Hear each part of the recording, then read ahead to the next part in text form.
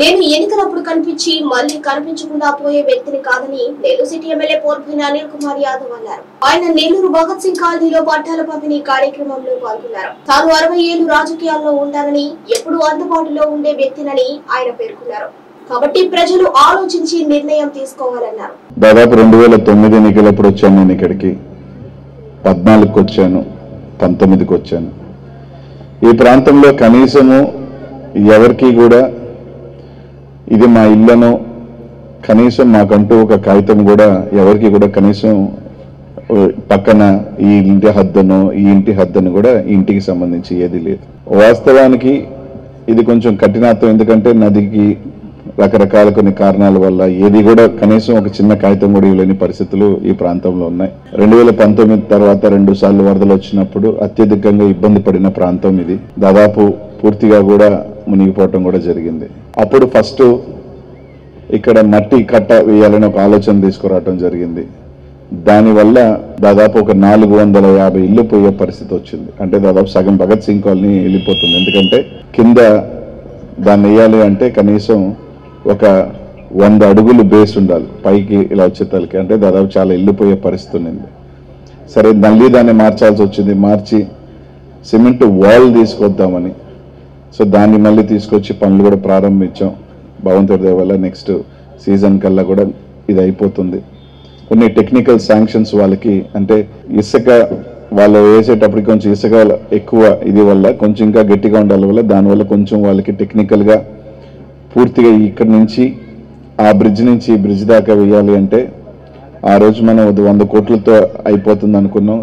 కానీ కొన్ని ఇంకా లోతుకి వెళ్ళాలంటే ఇంకా రకరకాల టెక్నికల్గా అది ఇంకా బలంగా నిలబడాలంటే అది ఇంచుమించు 100 ఇప్పుడు కాస్త 200 కోట్లు అయితే కానీ చేయలేని పరిస్థితుల్లో కొన్ని టెక్నికల్ కారణాల వల్ల 1 రోజు ఆలస్యమైనా దాన్ని కూడా పూర్తి చేస్తాం. అది కడితే ఇంకా మీకు అనేది ఒక చుక్క నీరు అనేది ఎంత వర్షం వచ్చినా కానీ ఎంత వరద వచ్చినా కూడా, మొన్న వచ్చిన వరదకి 3 ఇంతలు 4 ఇంతలు వచ్చినా కూడా మనకి నది లోపలికి మన ప్రాంతానికి రాకుండా ఆపే అంత గోడ దాదాపు బ్రిడ్జ్ కన్నా పైకి వస్తుంది. 14 మీటర్లు పైకి, అంటే 40 అడుగులు వస్తుంది కింద నుంచి పైకి కూడా. మొన్న వచ్చిన దానికన్నా 4 అడుగులు పైకి వస్తుంది ఆ గోడ. అది పూర్తి చేసుకుంటే ఎటువంటి ఇబ్బంది ఉండదు. సరే, చాలా రకరకాలు అన్నారు. ఇల్లు తీసేస్తాడన్నారు, ఇల్లు కొట్టేస్తారన్నారు, రకరకాలు నా మీద చెప్పినారు. కానీ నేను ఎప్పుడూ ఒకటే చెప్తాను, కాలం అనేది ఎప్పుడూ పరిష్కారమే. నేను మళ్ళీ 2024కి నేను ఇల్లు తీసే కదా మీ దగ్గరికి ఓటు రావాలి. నేను అప్పటికి ఇల్లు తీయకుండా నేను కట్టితే అప్పుడు తెలుస్తుంది నిజం అనేది ఏంటి అని. అందుకే నేను ఎప్పుడు కూడా ఎవరిని కూడా ఏం మాట్లాడొద్దన్నా. సరే, కాలం ఎప్పుడు కూడా పరిష్కారం అవుతుంది.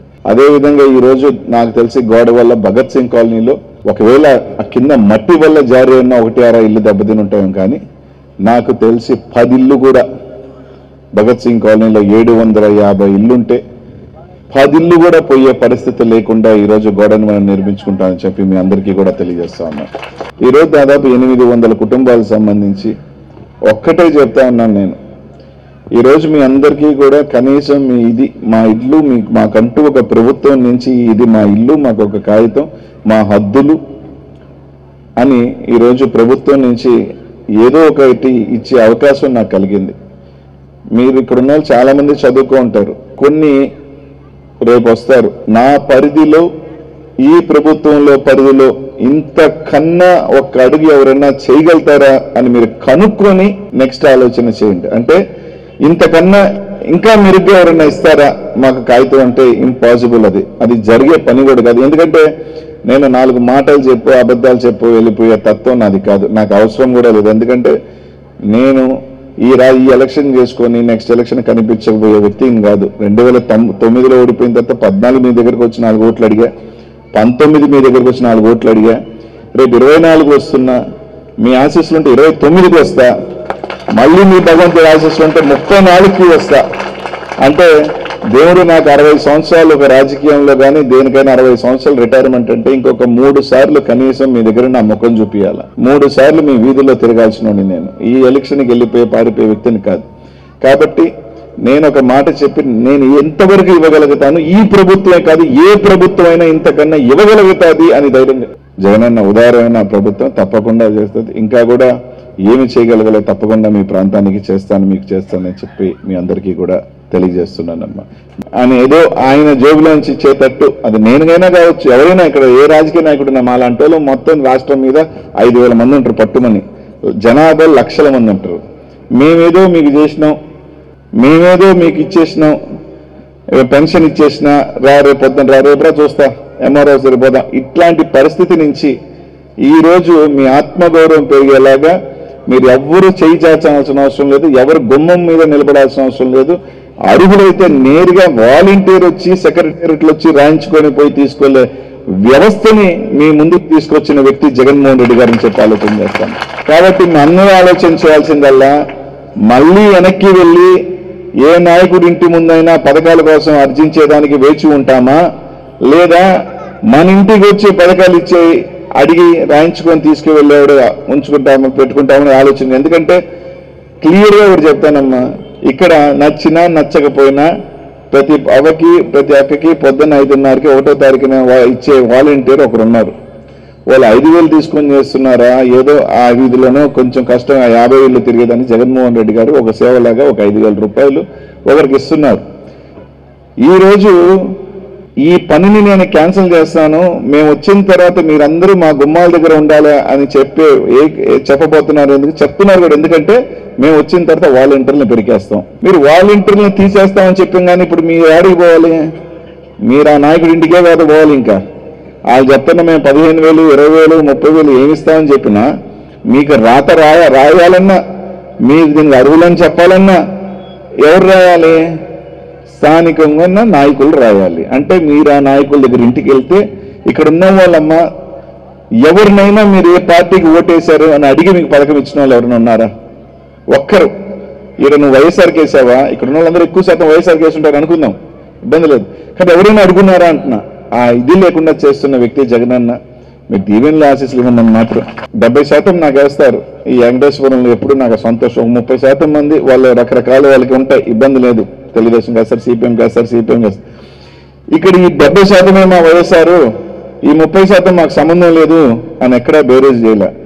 100% ఇక్కడున్న వాళ్ళందరికీ చేయాలని చేసినాం. ఎందుకంటే వాళ్ళు గుర్తు పెట్టుకొని కనీసం సరేలే చేశాడు అని సాయం చేస్తాడన్న ఒక ఎక్కడో ఒక మూల ఆశ, ఒక తృప్తి. చేసినా చేయకపోయినా దేవుడు అనేవాడు ఇంకా 10 ఓట్లు ఇట్లా లాగుతాడని సరే వాళ్ళకి వదిలేస్తాం తప్ప ఇక్కడ ఎక్కడ మేము మా కార్పొరేటర్లు కూడా వచ్చి వీళ్ళు మనకు పని చేయరనో, వీళ్ళకి ఇవ్వద్దనో, వీళ్ళకి ఇద్దని చేయలే.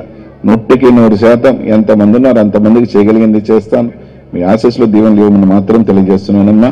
ఈ ప్రజా ముఖ్యమంత్రి, సంక్షేమ ముఖ్యమంత్రి, నిండు నూరేళ్ళు ఆయన పుట్టినరోజు ఇలాగే జరుపుకొని ఆ భగవంతుడి ఆశీస్సులు, ఈ రాష్ట్ర ప్రజల ఆశీస్సులు ఈ రాష్ట్ర ముఖ్యమంత్రికి ఇవ్వాలని నెల్లూరు నగర ప్రజల తరపున జగన్మోహన్ రెడ్డి గారికి మా దైవ సమానం ఆయనకి జన్మదిన శుభాకాంక్షలు తెలియజేసుకుంటూ, ఈ రాష్ట్రంలో కోట్లాది మంది పేద బడుగు బలహీన వర్గాలు వాళ్ళ గుండెల్లో వెలుగులు నింపుతూ వాళ్ళ కుటుంబాల్లో వెలుగులు నింపుతున్న ముఖ్యమంత్రి బాగుండాలా, చల్లగా ఉండాలా. ఈరోజు నెల్లూరు నగరంలో ముఖ్యమంత్రి పుట్టినరోజు సందర్భంగా ప్రతి ఒక్కరికి కూడా ఏ ప్రాంతాల్లో వాళ్ళకి ఏ రకమైన ఆధారం లేక దాదాపు 20 సంవత్సరాల నుంచి నివసిస్తూ కనీసం ఇది మాకు కేర్ ఆఫ్ అడ్రస్ అనో లేకపోతే వాళ్ళ గృహానికి సంబంధించి ఎటువంటి ఆధారం లేక నివసిస్తున్న ప్రతి ఒక్కరికి కూడా ఈరోజు భగత్ సింగ్ కాలనీ ప్రాంతం కానీ అలాగే కొంతమంది వారాజ్ సెంటర్లో ప్రాంతం కానీ వాళ్ళందరికీ కూడా ఈరోజు పత్రాలు ఇచ్చే కార్యక్రమం చేయడం జరిగింది. తప్పకుండా పేదలకు ఎప్పుడూ అండగా నిలిచే ప్రభుత్వం ఈ ప్రభుత్వం, జగన్మోహన్ రెడ్డి గారి ప్రభుత్వం అని చెప్పి తెలియజేస్తా ఉన్నాను. ఆయన మరెన్నో పుట్టినరోజులు నిండు నూరేళ్ళు ఆ భగవంతుని ఆశీస్సులతో ఎంతోమందికి రాజకీయాన్ని కావచ్చు, అనేక రకాల వాళ్ళ రాజకీయ ఇది కావచ్చు, అనేక రకాలుగా కూడా కోట్లాది మంది కుటుంబాల్లో ఈరోజు వెలుగులు నింపుతూ పరిపాలన సాగిస్తున్న ముఖ్యమంత్రి చల్లగా ఉండాలని చెప్పి కోరుకుంటున్నాను.